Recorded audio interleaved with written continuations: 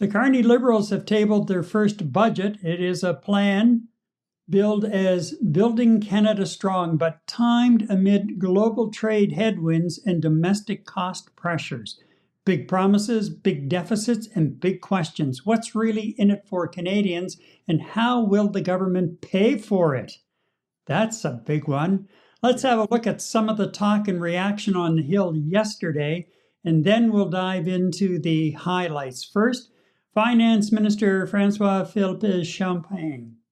Prime Minister Carney was elected having a bold mandate to bring change to the big things in this country, and Budget 2025 will deliver on that. Today, we're delivering an investment budget, the kind of budget that will make Canada more resilient, more prosperous, that will make Canada the strongest economy in the G7. We are going to be making generational investments to build Canada strong, from coast to coast to coast. This is a plan to build major infrastructure. This is a plan to build homes. This is a plan to build industries that will grow our economy and create lasting prosperity. This is a plan that will protect our communities, our borders, our way of life here in Canada. This is a plan to empower Canadians like never before, with better careers, strong public services, and clearly a more affordable life. Now, the Conservatives have drawn a line in the sand, and during Monday's question period, Leader Pierre Poilievre was clear, very clear on where he stood. And the Prime Minister says Canadians who can't afford to eat, heat, or house themselves need to make more, quote, sacrifices. The choice for us is simple. If a budget brings down the cost of living, we'll support it. If it brings up the cost of living, just like every other Liberal budget, we will vote no. So instead of trying to provoke a costly election on a costly budget, why not an affordable budget for an affordable life? And of course, today when he was in the House, he basically said the same thing again. And yesterday, he had various heavy hitters in the Conservative caucus go out and continue to echo that they would be voting against the budget. So let's have a look at some of the key details of the Carney generational budget. $141 billion in new spending. Billion with a B. Right. $51 billion in program cuts and savings. $78 billion deficit forecast for the next fiscal year. And apparently some economists thought it was going to be even higher, but right. They brought it in at $78 billion.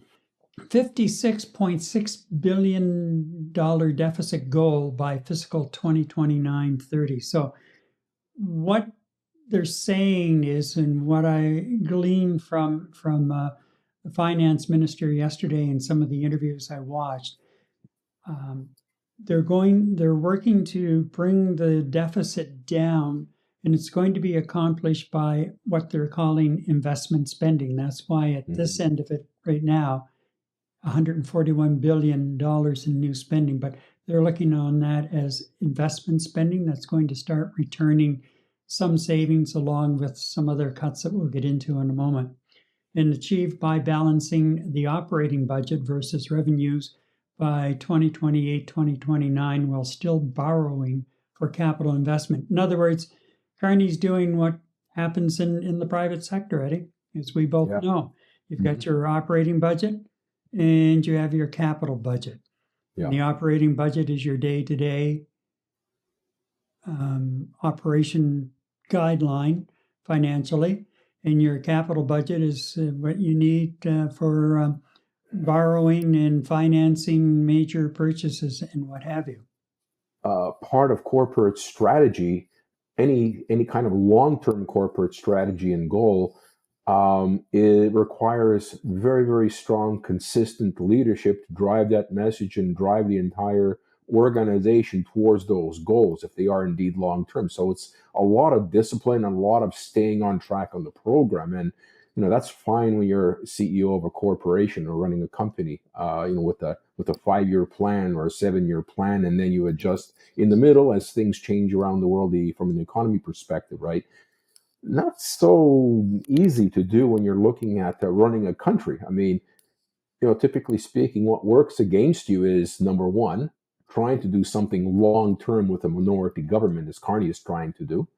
And Trudeau tried to do over the last 2 terms, which didn't work out very well in terms of moving the country ahead by leaps and bounds. And then you have the situation where you just said, if the government does change in the middle of a long-term plan and objective, and we're constantly putting new plans into place by replacing old plans, well, you know what happens? Nothing like the last 8 years under the Liberal government. Nothing. So you know what? Minority governments great. You know what? You have the opposition leaders keeping you in check and making sure you're doing what you should be doing to represent the whole country. Got nothing wrong. There's nothing wrong with that. However, there is the issue about governments changing hands every few years, right? Which is a potential risk for us just here in 2025. Aside from running apart from running a majority government, at least you have some sort of traction and cohesion for at least 4 years to push some of these budget mandates and projects through.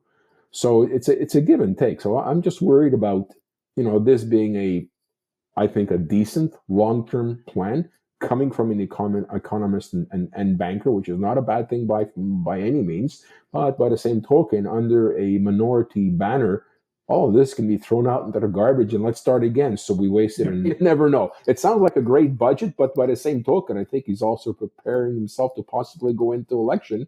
And based on what the polling is saying, it may not be a bad idea for him. So who knows? Who knows? Well, but the polling now, the Liberals, the color on the bloom has faded a bit since the election for the Liberals in general. And so the libs and the cons are neck and neck once again. However, the big difference is Carney, as the preferred prime minister, still has about a 20-point lead over Poilievre. That's what I'm referring to. Yeah. Yeah. So,